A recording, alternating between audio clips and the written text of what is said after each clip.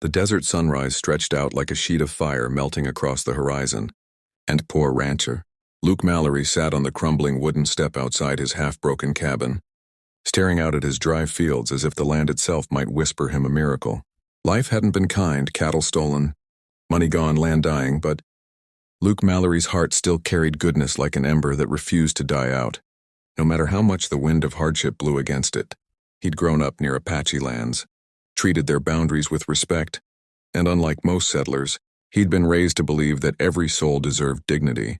That was why, when he stumbled upon the wounded giant Apache sister, Tall Elk's youngest, the towering woman named Suma, known for her unmatched height, strength, and quiet grace lying unconscious near the canyon stream, he didn't think twice before lifting her onto his back and dragging her to safety. For 2 days he nursed her, feeding her broth he barely had enough ingredients to make, cooling her fever with wet cloths he dipped in his only water barrel, whispering to her that she wasn't alone, even though he himself had never felt more alone in his life. On the third morning she woke, her amber eyes studying him with a mixture of confusion, suspicion, and unexpected softness. She was tall enough that when she stood, her head brushed the cabin's beams, and Luke felt like a child beside her. But there was a strange warmth in her presence, strength wrapped in kindness, thunder holding a heartbeat. Suma learned he lived alone, that he'd saved her without asking for anything, and that his own people often treated him with the same disregard. The world showed anyone without money or power. When her brother, the tribe's war chief Tall Elk, thundered into the clearing with an army of painted warriors, ready to kill whoever had touched her, Suma stood protectively in front of Luke, her voice steady, declaring he had saved her life with nothing to gain. But Tall Elk had come with bigger problems than vengeance. Suma had been chosen for a forced marriage to a wealthy, cruel man from another tribe. A political arrangement meant to stop a brewing conflict. Suma's jaw tightened as she explained this with shame burning in her eyes. Though she was strong, brave, and taller than any man in 3 nations, she was still expected to obey. Luke listened, heart pounding with a helplessness he'd never felt before. The idea of Suma, gentle, fierce Suma, being handed over like a trade item hollowed something inside him. The man chosen for her was known as Bear Claw, a brute twice Luke's size, a violent leader who collected wives like trophies, and even Tall Elk's power wasn't enough to refuse him without triggering a war. Luke had nothing, no money, no allies, no tribe, but he had courage born from desperation. And so, in a breathless moment of reckless bravery, he stepped in front of Tall Elk's warriors and offered a wild solution. "She already has a husband. Me." The warriors gasped. Suma's eyes widened. The desert wind held its breath. Luke realized too late what he'd done, but there was no going back. The only way to save her from a forced marriage was to stage a fake one, make it believable enough that Bear Claw's claim would be dishonored. Tall Elk stared at Luke for a long, heavy silence, his expression unreadable, until at last he spoke. "A lie this large becomes truth if you're willing to bleed for it." Luke nodded even though his knees trembled. Suma stepped closer, towering, powerful, yet strangely gentle as she placed her hand, large, enough to cover half his chest against his heart. "You would risk your life. For me?" Luke swallowed. "I'd risk more than that." The tribe prepared an emergency marriage ceremony, but the challenge was enormous. Apaches would not fake a union lightly, and Bear Claw would come to test it. That night Luke sat beside Suma near the fire as the tribe chanted. Her presence warmed him more than the flames, and though it was supposed to be fake, something in his heart shifted. The way she watched him, the way she tried not to let her hands shake as if she feared losing him, as the drums echoed mountainside. Luke knew he wasn't strong or rich or powerful, but he had something Bear Claw never would, a reason worth fighting for. Before the ceremony began, Tall Elk whispered to Luke, "If you flee, you die. If you falter, she is taken. If you lie unconvincingly, we all go to war. Still want this?" Luke looked at Suma, her eyes glowing like dawn over the cliffs. "Yes," he said. And so the drums grew louder. The tribe circled them, and the risky, fragile, world-shifting marriage began. And somewhere deep inside, Suma prayed he wasn't just acting. At the end of the ceremony, the tribe roared approval. But Tall Elk leaned in and warned, "Bear Claw will come in 3 days. Prepare your story, and prepare to defend it with your life." Luke nodded, clenching his jaw. knowing he had invited a storm that could crush him, but also knowing he would face any storm if it meant she would be free. And as the fire crackled and Suma stood beside him, her hand brushing his ever so lightly, neither of them realized that their fake marriage was already beginning to feel dangerously real. For the viewers, hit like and subscribe if you want to see what happens when Bear Claw arrives. This story is just heating up. The 3 days leading to Bear Claw's arrival were like tightening coils of a rattlesnake ready to strike, each moment filled with preparations, tension, and a slow-burning closeness Luke hadn't expected.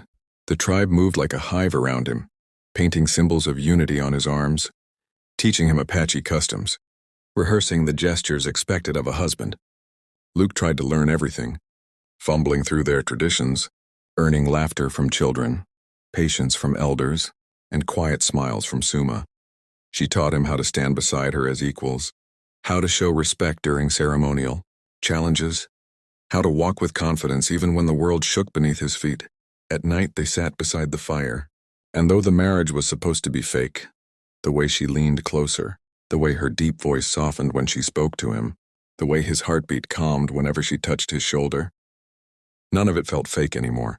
Suma confessed she had never chosen anything for herself, not even her future, and Luke confessed he had never been enough for anyone, not even his own father. They found healing in each other piece by fragile piece. But on the 4th day, the mountains trembled with the thunder of hooves. Bear Claw arrived with 40 warriors, each painted in war colors, each carrying steel-tipped spears. He dismounted in front of Luke like a mountain falling from the sky, massive, scarred, eyes burning with cruelty. "Where's the woman promised to me?" he roared. Tall Elk stepped forward announcing, "She has married another." Bear Claw's eyes narrowed toward Luke, disbelief turning into mocking laughter. "This scrawny rancher? You expect me to believe she married this twig?" Luke's knees wanted to buckle, but Suma stepped forward and stood so close behind him that her shadow covered him completely. "I chose him," she said, voice ringing like thunder. Bear Claw bared his teeth. "Prove it." What followed was a brutal test, one the tribe had warned Luke about but hadn't fully described. He had to endure trials of truth, love, and loyalty. First came the circle of silence, where Luke had to stand before the entire gathering and speak why he loved Suma, without hesitation, without lies. His voice trembled, but he spoke from the heart, admitting he admired her strength, her kindness, her courage, and that though they came from different worlds, she made him feel more alive than he ever had. His words silenced even the mocking warriors. Then came the test of unity, a ceremonial rope binding their wrists, where they had to move in perfect harmony through a series of steps. Luke stumbled, but Suma steadied him every time, whispering encouragements that only he could hear. At the final step, instead of pulling away, Suma held his hand longer than required, long enough for the tribe to murmur in approval. But Bear Claw was not convinced. "Words and dances fool children," he sneered. "I demand a warrior's proof," he pointed at Luke. "Fight me." Gasps rippled across the tribe. Luke was thin, untrained, exhausted.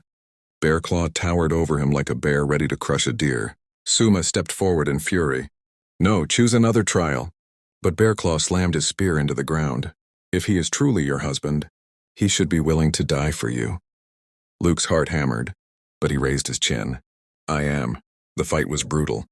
Luke dodged as best he could, every movement fueled by desperation and the stubborn burning in his chest. Bear Claw punched, kicked, slammed him to the earth again and again. But each time Luke crawled back up, bleeding, barely breathing. The tribe shouted for him to stay down, but Suma's voice cut through everything. "Luke, please." Her voice shook. She had never begged before. Luke staggered up one more time, whispering, "I'm not stopping. Not until he leaves you alone." Bear Claw laughed and charged, but Luke anticipated it. He sidestepped. Bear Claw stumbled, and Luke drove his fist into the brute's throat with every ounce of strength he had left. Bear Claw fell to one knee, shocked, gasping. The tribe roared. Tall Elk stepped forward. "The marriage stands. Bear Claw, leave these lands. You have been defeated by the man she chose." Bear Claw snarled, humiliated, but he could not contradict the laws of honor. He mounted his horse and spat, "This isn't over," and then he rode away. The moment he disappeared beyond the cliffs, Suma ran to Luke and caught him just as he collapsed. Gathering his battered body in her arms, she held him against her chest like something sacred, whispering words in Apache that only her people understood, but the love in her voice was universal. Luke opened his swollen eyes. Did I save you? Suma cupped his face, tears slipping down her cheeks. You didn't save me. You chose me. No one ever has.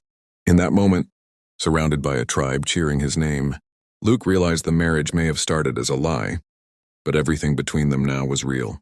Terrifyingly, beautifully real. Tall Elk declared, the fake marriage is over. Luke's heart sank until Tall Elk rested a hand on both their shoulders. If you want her, and if she wants you, let it be real now. Suma looked down at Luke with a shy smile so soft it melted every fear he had left. I want it, she whispered. Do you? Luke nodded weakly, resting his forehead against her chest. More than anything.